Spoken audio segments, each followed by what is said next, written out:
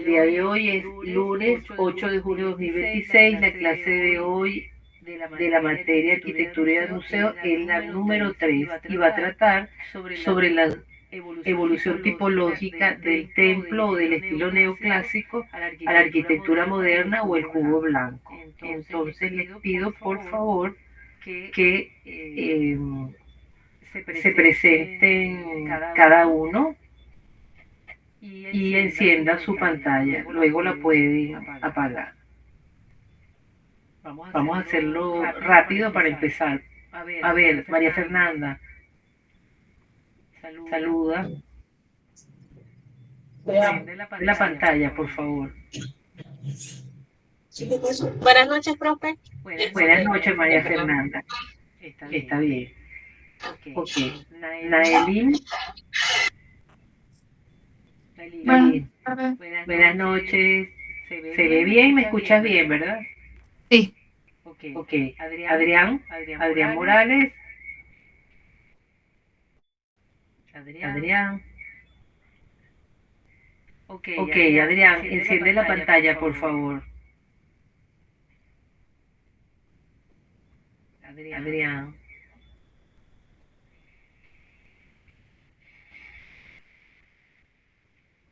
Adrián, es un requisito que enciendas la pantalla y te presentes.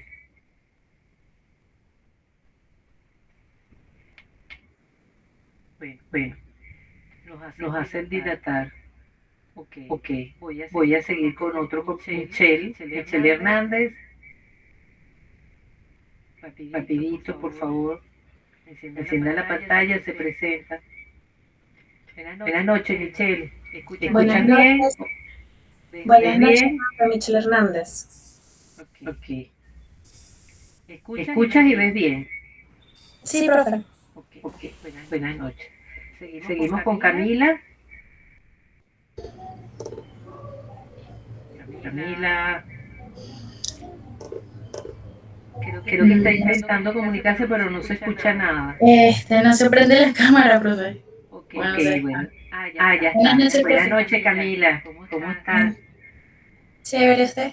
Bien, gracias. Vamos ahora con Derek.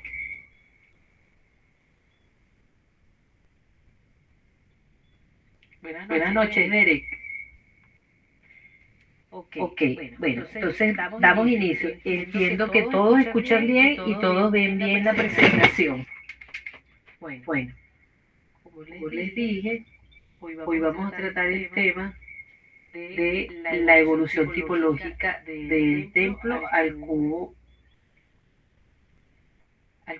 blanco, que sería la arquitectura moderna.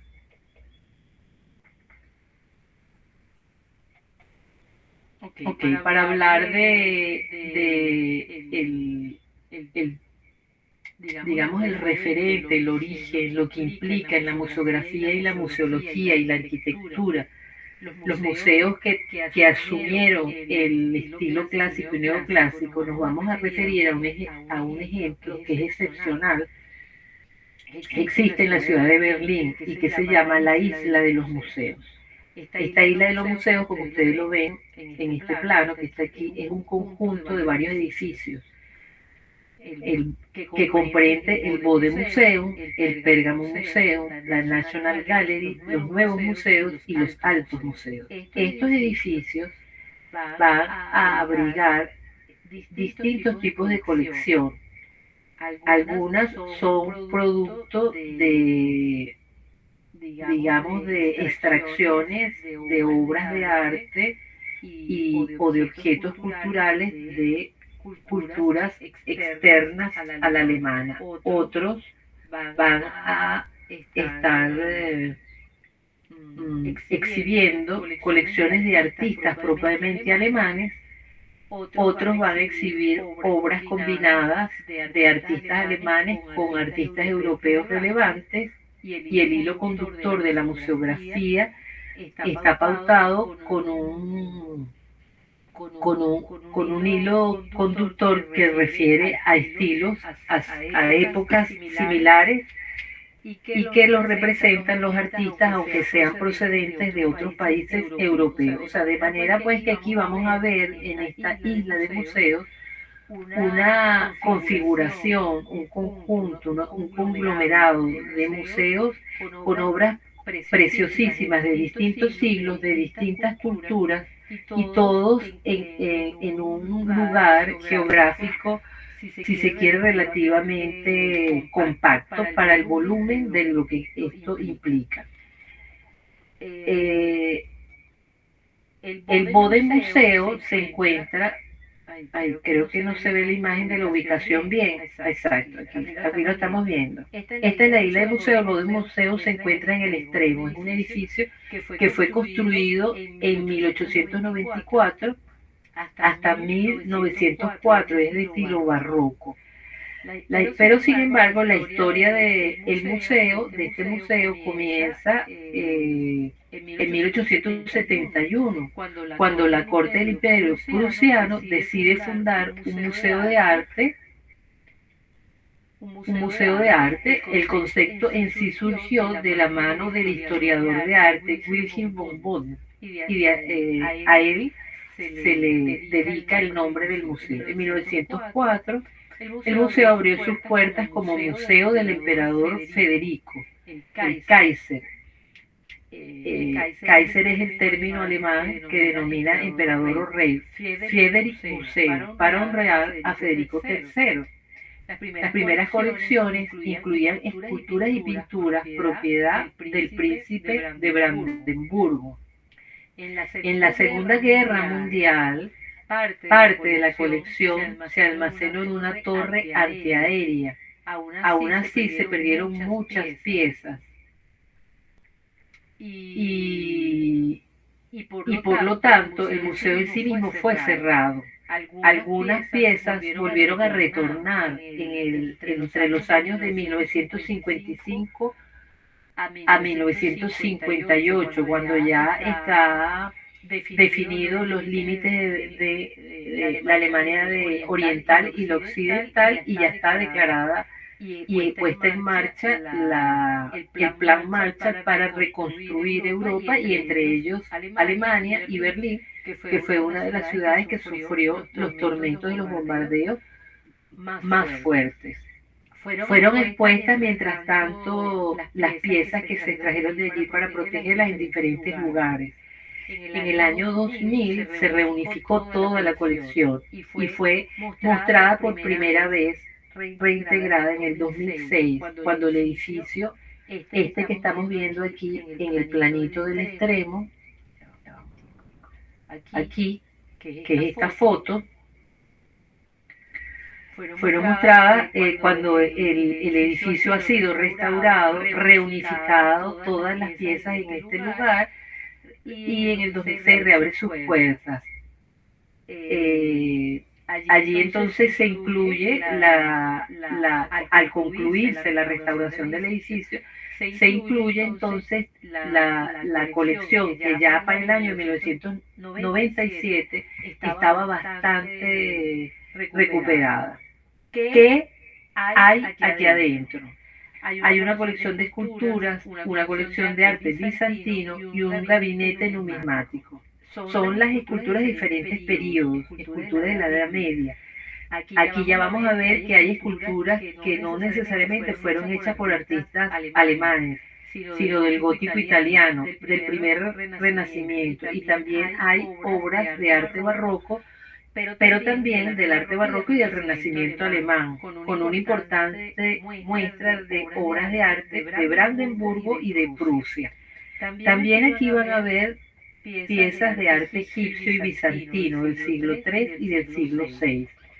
La colección numismática es una de las más grandes del mundo. La compone monedas y medallas, y alberga desde el siglo VII a.C. en Asia Menor hasta nuestros días.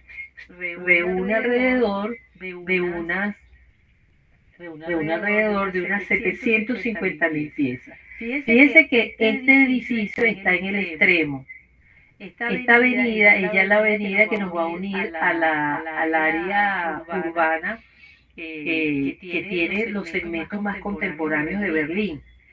Esta parte que está rodeada de agua es lo que se llama la isla de museos, ¿no? El Bode Museo, como lo vamos a ver, tiene una fachada neoclásica que tiene una cúpula y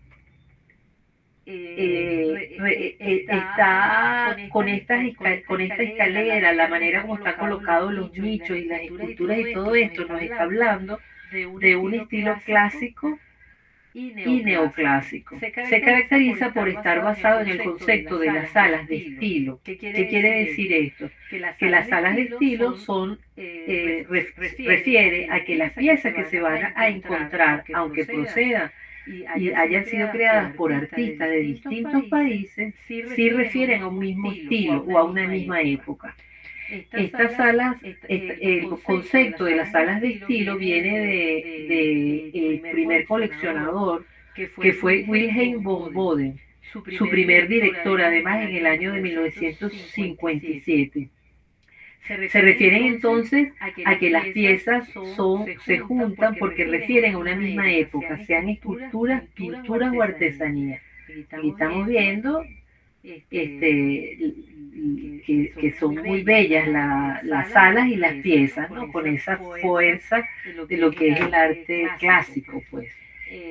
Las ventanas que de alguna manera abren los distintos vanos regulares que nos recuerdan a las fachadas renacentistas, tienen un magnífico efecto al interior porque ellas iluminan de manera natural el espacio. Entonces, la museografía remarca la espacialidad del espacio interior.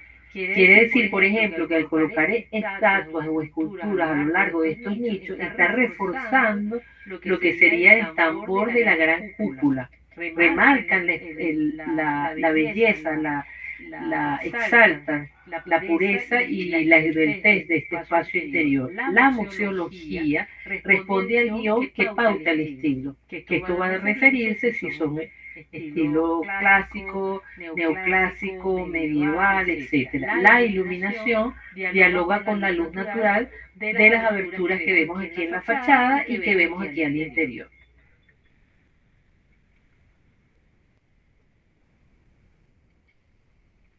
Bueno, un poquito esto para poder ir viendo. Ok, entonces vamos a encontrar entonces esculturas de Bernini, destacadísimo escultor italiano. Vamos a ver retratos de arte bizantino, como los que estamos encontrando aquí, estos retratos de arte bizantino. Algunos tienen procedencia del área de Grecia, del Peloponeso, de Turquía, del Asia Menor. Todo esto es arte bizantino, que se caracterizó por este recubrimiento de mosaicos de oro. Por ejemplo, la gran mezquita en Estambul de Constantinopla es arte bizantino. Esto viene de estos lugares. De Bizancio. Bizancio en aquellos años fue capital del Imperio Romano, hoy día es lo que conocemos como Turquía, y la capital de Bizancio fue Istambul, lo que hoy conocemos como Istambul. Istambul entonces era la capital del Imperio Romano. Aquí estamos viendo entonces un torso de la colección del monasterio Abu Mina del antiguo Egipto, el del antiguo Egipto.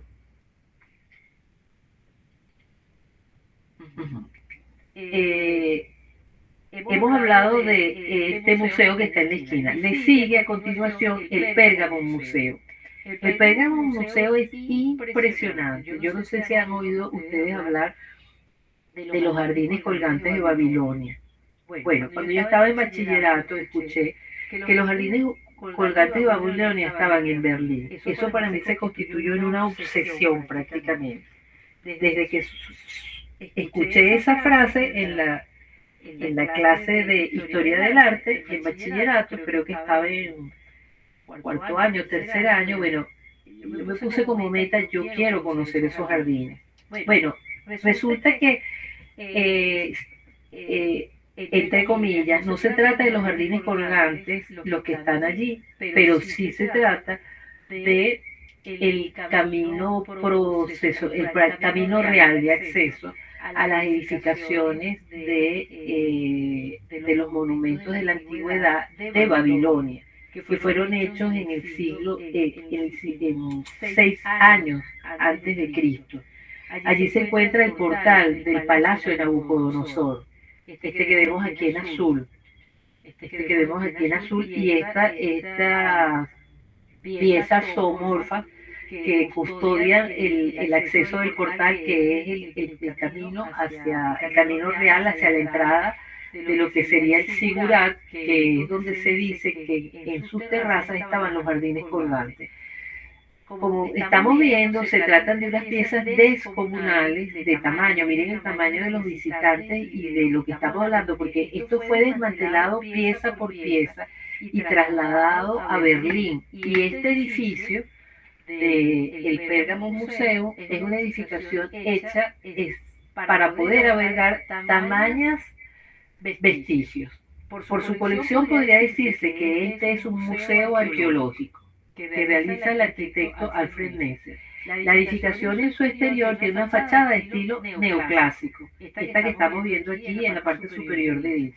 El espacio interior tiene grandes proporciones y contiene la reconstrucción de piezas originales a escala real de monumentos arquitectónicos de la antigüedad, de distintas culturas, de la griega, de la romana, de la mesopotámica y de Babilonia, que hoy sabemos que se refiere a Irán y a Irak, el arte islámico y el oriente del Oriente Próximo.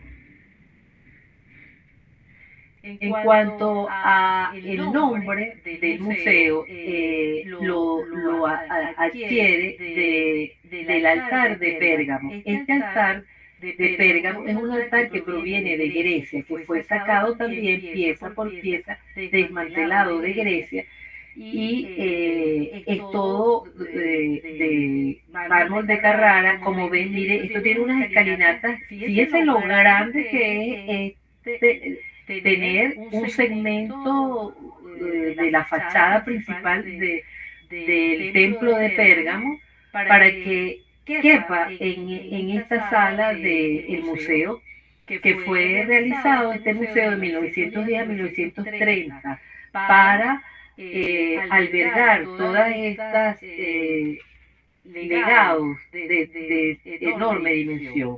Lo sorprendente de este museo es que presenta segmentos completos de fachadas, de patios, de balcones de edificios, de templos, casas, palacios, altares de las culturas antiguas. Los vestigios que se exhiben hacen parte de las primeras expediciones arqueológicas realizadas a finales del siglo XVIII y siglo XIX. Estas expediciones arqueológicas eran digamos, como identificadas como misiones diplomáticas, entre comillas, por los gobiernos de los distintos estados europeos. Fueron realizadas a finales del siglo XVIII y principios del siglo XIX, y a lo largo del siglo XIX. Y estas expediciones arqueológicas, con un espíritu de políticas expansionistas de estados europeos, van a estar dirigidas a las culturas asiria, mesopotamia, griega, egipcia y romana, que hoy son los países que conforman a Irak, Irán, Libia, Grecia, Egipto y el sur de Italia. Las piezas hoy día han sido varios años, ya varias décadas de lo que va el siglo XX, finales del siglo XX y principios del XXI.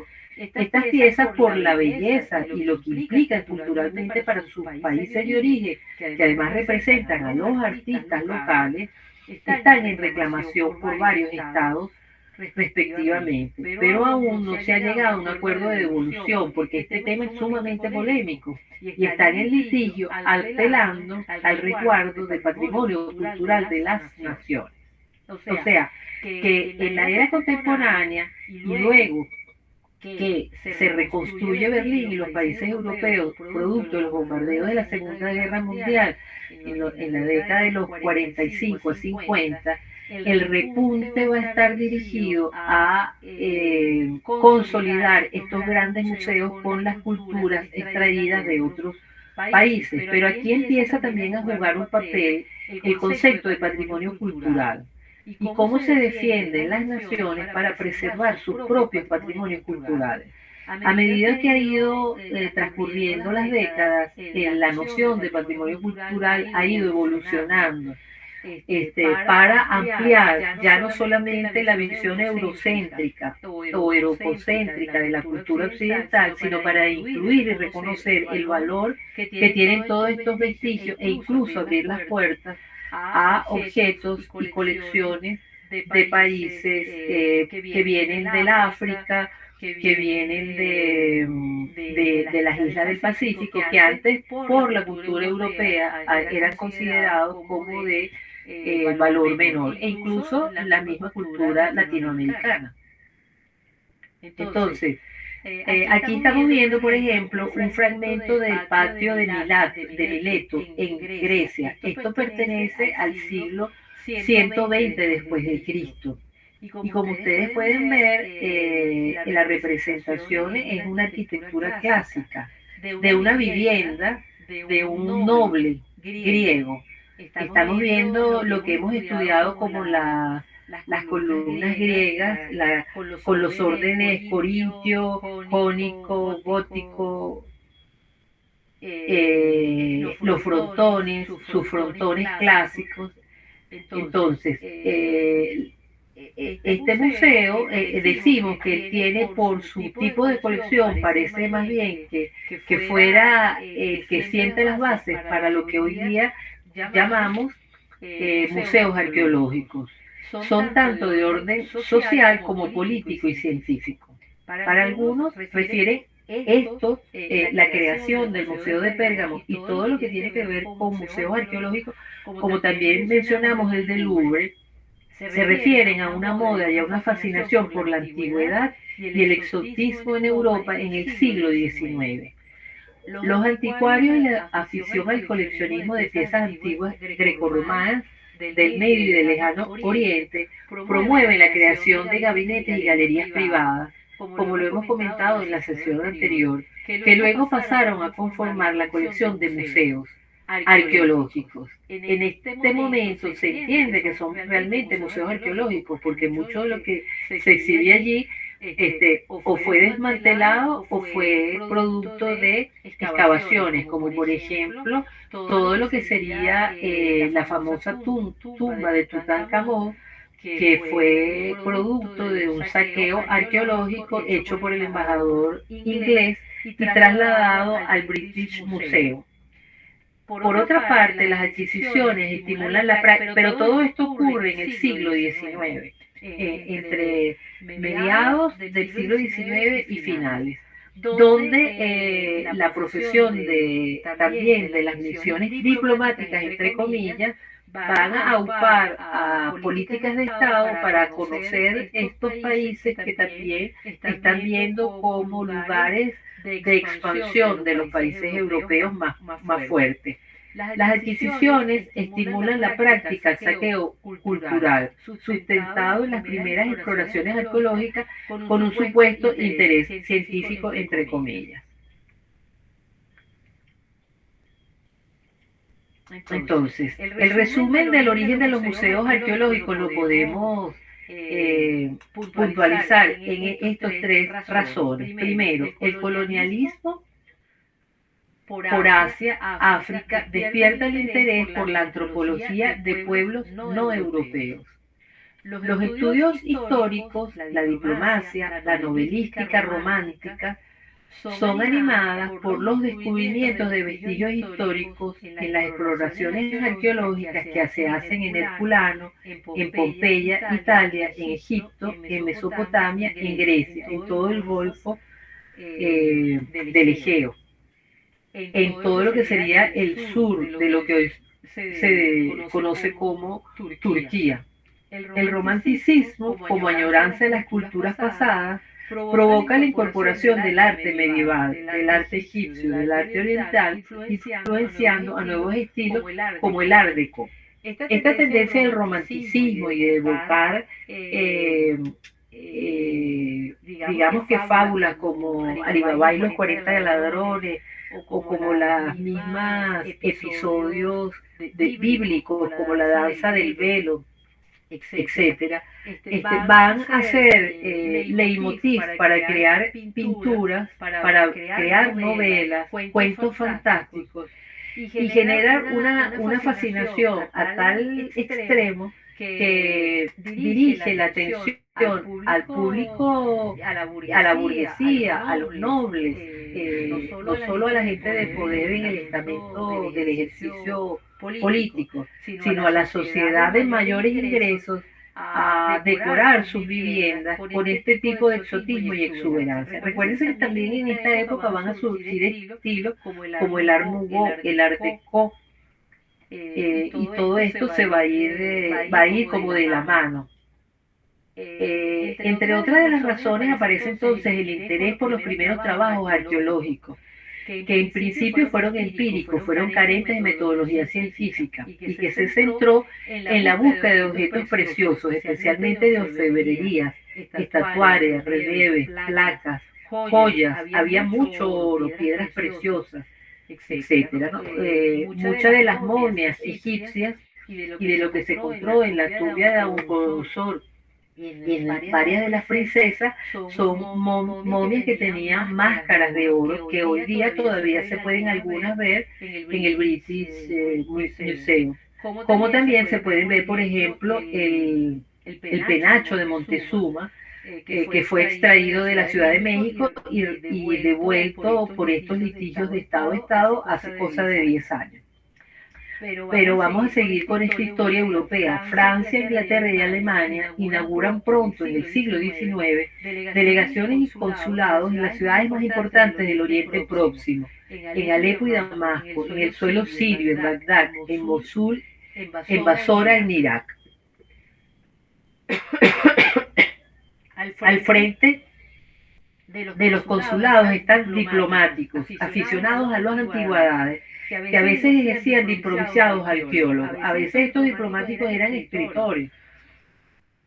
No necesariamente eran arqueólogos, porque todo esto como ciencia no existía, era incipiente. Los hallazgos eran posteriormente enviados a los museos europeos. Entre 1842 y 1933, la arqueología francesa, sobre todo, ha pasado a una falta de metodología, a consolidarse como una ciencia, tal y como la entendemos en la vida contemporánea. Entonces, en medio de todas estas cosas que van sobre la marcha, con altibajos de beneficios y prejuicios para unos y beneficios para otros, digamos que en paralelo se va consolidando la metodología con mucho más rigor metodológico de la arqueología, de manera que hoy día la arqueología ya cuenta con una serie de instrumentos y de métodos para que aquello que se va a excavar y a reconocer cómo reconocer qué valor tienen las piezas encontradas, pues entonces ya hay incluso hasta instrumentos que permiten hacer el cálculo de lo que se llama el carbono, que le da la edad a las piezas, el valor, la pureza de los materiales o de las piedras preciosas y así sucesivamente. Esta profesión se ha ido contemporaneizando y haciéndose más científica. El Museo de Pérgamo cara al futuro. Fíjense que yo les estoy contando una historia que a su vez va entre dos líneas, una fascinante de conocer aquello que está allá adentro, que es maravilloso y que es sorprendente, y otra un tanto polémico, porque uno dice, pero ¿cómo aceptar que piezas que son, imagínense lo que les debe producir a un griego o a un iraní o a un iraquí ir a esa sala y ver que allí está parte de sus palacios, de sus altares? Entonces, esto va en líneas paralelas. Por un lado, la fascinación que ejerce hacia los visitantes externos y por el otro lado, la polémica que implica el que eso esté allí para los países que han visto mermados sus bienes culturales. El concurso de arquitectura para el Museo Pérgamo de cara al futuro se convocó en el año 2000, o sea, en pleno siglo XXI. Este concurso arquitectónico fue una convocatoria internacional para la renovación integral y ampliar al Museo de Pérgamo. El ganador fue el reconocido arquitecto Oswald Matías Unger de Colonia. Así como vimos que el Museo del Louvre se ha contemporaneizado con la entrada y la pirámide de Tey, pues hay, y al estar consolidado cada vez más la existencia de los museos, pues entonces ha habido también una evolución en esta nuestra cultura contemporánea de hacer de los museos un lugar de encuentro que además tiene una fuerte incidencia en la economía turística local. En el caso del Museo de Pérgamo no escapó del espíritu de los tiempos y el inicio del siglo XXI pues motiva a que se renueve con un concurso. El plan derivado de este concurso del año 2000 es que contempla una polémica construcción en la cuarta ala que va a cerrar el patio de honor y la creación de una promenada arqueológica, o sea, de una caminería arqueológica subterránea que interconectaría 4 de los 5 museos de la isla. Aquí vemos el planito, el Museo de Pérgamo está aquí, ya hablamos de este de la esquina que es el Bode, y aquí estarían los otros dos, la New Galería, la Galería de Arte Nacional, y este patio que vemos aquí es sujeto a formar parte como pieza importante del concurso. En octubre del 2023, el Museo de Pérgamo cerró la entrada a los visitantes. Se dice que por razones de renovación y de restauración integral, y para terminar de arreglar las afectaciones que todavía estaban allí como unas heridas de la Segunda Guerra Mundial. El 4 de junio del 2027 se prevé la reapertura parcial que permitirá visitar nuevamente al icónico altar de Pérgamo que se los acabo de mostrar y que es el que le da el nombre a este museo. Y que este altar estaba inaccesible desde el 2014. La reapertura total de la nueva versión restaurada de la entrada del Museo de Pérgamo está prevista para el año 2037. Corresponde entonces al ala sur que alberga la puerta de Istar de Babilonia, que es la que acabamos de ver, esa puerta, esos portales del Palacio de Nabucodonosor y el Museo del Oriente Próximo. En el 2007 fallece el arquitecto Unger, pero el desarrollo y la ejecución del proyecto no se para, sino que pasa a manos de dos estudios distintos, Clay Huster y Val Plaunum. Sin embargo, el reclamo de los diferentes países dueños de los vestigios históricos allí exhibidos hace pensar que también detrás están otras razones para el reacomodo y el cierre de la continuación de las obras. Todos saben, ustedes saben que hoy día hay una guerra franca planteada entre Estados Unidos contra Irak y el dominio del Golfo Pérsico. Esas tensiones políticas han venido increciendo, son tensiones político-culturales de la Unión Europea, donde Alemania es un miembro líder en relación a la confrontación con Irak, Irán, el Medio Oriente Islámico, y entonces toda esta polémica está servida a la orden del día. Para el momento que nosotros estamos hablando, este es un tema tenso. Entonces se podrán imaginar lo que implica que exista un museo de esta magnitud, de esta belleza, de esta tradición, porque viene del siglo XIX, pero que contenga justamente obras preciosas de todos esos países que ellos tildan de islámicos y que llaman que son sus enemigos. Entonces aquí hay una polémica que tenemos que ver, está por verse cómo concluirá este capítulo inscrito en el tema, además del resguardo del patrimonio de bienes culturales. Bueno, seguimos adelante más hacia la avenida, que es la que va a conducir a la asamblea, donde el artista Cristo envolvió el Parlamento y luego este Parlamento fue reconstruido de una manera moderna magistral por Foster, Norman Foster. Entonces hacia este lado del margen superior, nos vamos a encontrar con la antigua Galería Nacional. Esta fue construida en 1862 y 1876. Los alemanes, fascinados con la cultura griega, van a reproducir en su arquitectura, evocan esto que nosotros sabemos que tiene reminiscencia al Partenón en Grecia.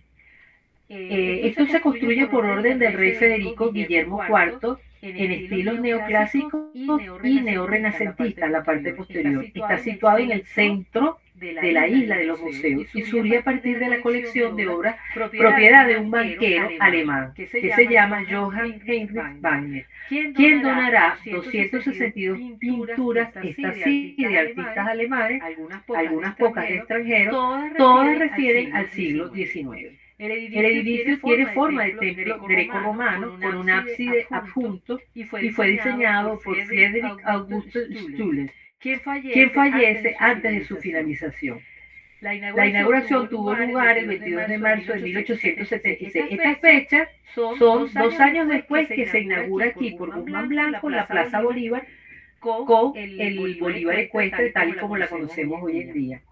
Allí se está inaugurando esta galería de arte nacional en presencia del Kaiser o emperador. El Alt National Galleria alberga una de las mayores colecciones de cultura y pintura del siglo XIX en Alemania, obras neoclásicas y románticas alemanas. Aquí sí, la colección es más sustentada en los artistas propios locales, pero también van a tener impresionismo francés y modernismo temprano. La Art Gallery que acabamos de ver, aquí fue focalizada un poquito más en la fachada posterior, que el edificio se orienta hacia el río Spree, resalta claramente el cuerpo semicircular, que está aquí, que es el ábside neoclásico, cuya referencia fue tomada de las termas romanas, de las basílicas civiles de la antigüedad y de los templos cristianos primitivos. El ábside se utiliza deliberadamente para romper la rigidez del templo clásico, con su columnata y su planta de paralelepípedo rectangular, y crea una sala interna curva.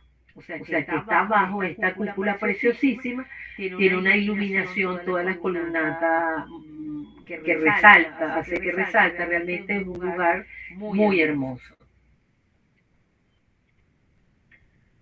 Entonces, ¿qué nos vamos a encontrar aquí adentro como guión museográfico? Bueno, una de las piezas más importantes del romanticismo alemán se refiere a esta colección de cuadros del famoso pintor Caspar David Friedrich, que además siempre evoca una mirada del hombre frente a la gran naturaleza. Es la época del romanticismo donde se piensa que el hombre está por sobre cualquier otro ser vivo que habita el planeta. Aquí el hombre está por sobre cualquier condición viva, sea fauna o flora, e incluso raza, y por eso el hombre tiene todas las derechos de sojuzgar a todo lo que considere inferior. Ese es un poco el espíritu del pensamiento romántico también, ¿no? El hombre ante el universo es el ser superior, pues.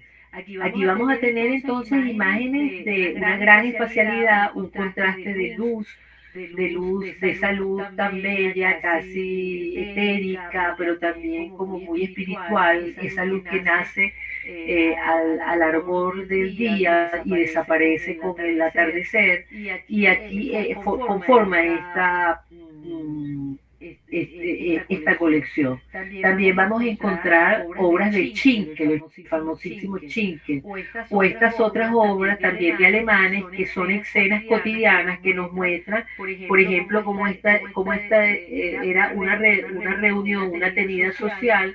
Se ve que es la corte, se ve que está el Kaiser, el emperador, y aquí está una orquesta de cámara de músicos que tocan en vivo en esta velada social muy frecuente para disfrutar con todos los miembros de la corte e invitados especiales de la burguesía y de la nobleza. También vamos a encontrar, por ejemplo, estas condiciones de trabajo en un taller. Todo también es muy oscuro. Aquí no, en esa época no hay luz eléctrica. Entonces todo esto es bajo las tenues luces de las lámparas, y así lo recoge el pintor Adolf von Messel, obra de 1875. También nos recuerda esta oscuridad, estos claros oscuros, a las magníficas obras de nuestro pintor Arturo Michelena, que incluso llegó a ganar medalla de oro en el Salón de París. En el año 1894, aquí ya vamos a ver, fíjense la vestimenta, es una casa de un militar donde se ve el piano de cola y toda la prestancia del decorado, alto, mucho dorado, muchos frescos, las sillas también de estilo, y la chimenea como elemento que da la calefacción del lugar, ¿no? Esta es una escena de tropas de salida de Potsdam. Potsdam es una de las localidades donde estuvo el Kaiser. Entonces allí también hay un palacio que se llama de las 100 Fuentes, una cosa preciosísima, y de alguna manera este cuadro recoge una escena donde encabezada la caballería por la salida del Kaiser, bueno, va acompañado de inclusive hay perritos y etcétera, ¿no? Bueno, esta colección es la que se va a encontrar en el Alt National Gallery, que como dijimos se encuentra en el extremo de arriba, que le da la espalda al Pergamon Museum, donde se encuentran las colecciones del Medio Oriente. Después nos vamos a encontrar aquí el Art Museum y el New Museum. Art Museum sería este y el New Museum es este. Entonces los espacios característicos que contienen estos museos, las salas de exposición que tienen estos museos, tienen salas de exposición, salas de trabajo, talleres. Salas de trabajo son de restauración de cuadros, sobre todo. De cuadros, de acuarelas, de litografías, talleres, depósitos, terrazas, jardines, salas de clase especializadas, espacios interactivos y salas de conferencias. En la parte de los servicios se encuentran las salas de registro, entrada y salida de obras, porque hay préstamos e intercambios entre museos en Europa y en algunas ocasiones hacia museos que cada vez más están tomando importancia en América Latina o en Norteamérica, ¿no? También están los servicios de biblioteca y mediateca con piezas de primera edición, auténticas, valiosas para los estudiosos de la crítica del arte y de la estética. Pues bueno, tienen salas especiales donde hay entrada que diferencia la entrada del público general a la entrada de los estudiosos. Por ejemplo, los estudiantes de arquitectura y de arte, sean estudiantes o profesores con el carnet que los identifique, tienen abiertas todas las puertas en casi que todos los museos de Europa. Y en el caso de estas bibliotecas o mediatecas, también hay un acceso mucho más fluido, y siempre y cuando se identifique que es un estudiante vigente o un arquitecto o un profesor. Entre los servicios también se encuentran los auditorios, donde se dan conferencias y conversaciones con eminencias de la crítica del arte, con artistas, etcétera. Y está, por supuesto, las oficinas de coordinación de todos, las zonas de atención a todo público. Las tecnologías constructivas ha ido evolucionando. La iluminación ya no es nada más una iluminación natural, ya hay todos los implementos de iluminación LED y con luz cenital artificial o natural, la ventilación lo mismo, humidificadores para conservar todo esto, ¿no? Otros aspectos que se tocan, aspectos de conservación y de seguridad y de evaluación y mantenimiento. Aquí arriba tenemos entonces la gran fachada del Arte Museo de Carl Friedrich Schinkel, una de las obras más grandes concluidas por él, de 1823 a 1830, y un segmento de la Neumuseo, que fue colocada a un lado de la pieza original. De un museo colocada la pieza neoclásica sería esta, realizada de 1843 a 1800, y esta blanca, que ya la estamos viendo ya con unas líneas más cercanas a nuestra era contemporánea, hecha por David Chipperfield en el concepto de la caja blanca. Entonces ya hemos visto 4 museos que conforman esta isla. Visitar esto lleva varios días, porque las colecciones son maravillosas. En uno de estos museos, desde aquí, es que se encuentra el perfil de Cleopatra, el famoso perfil de Cleopatra.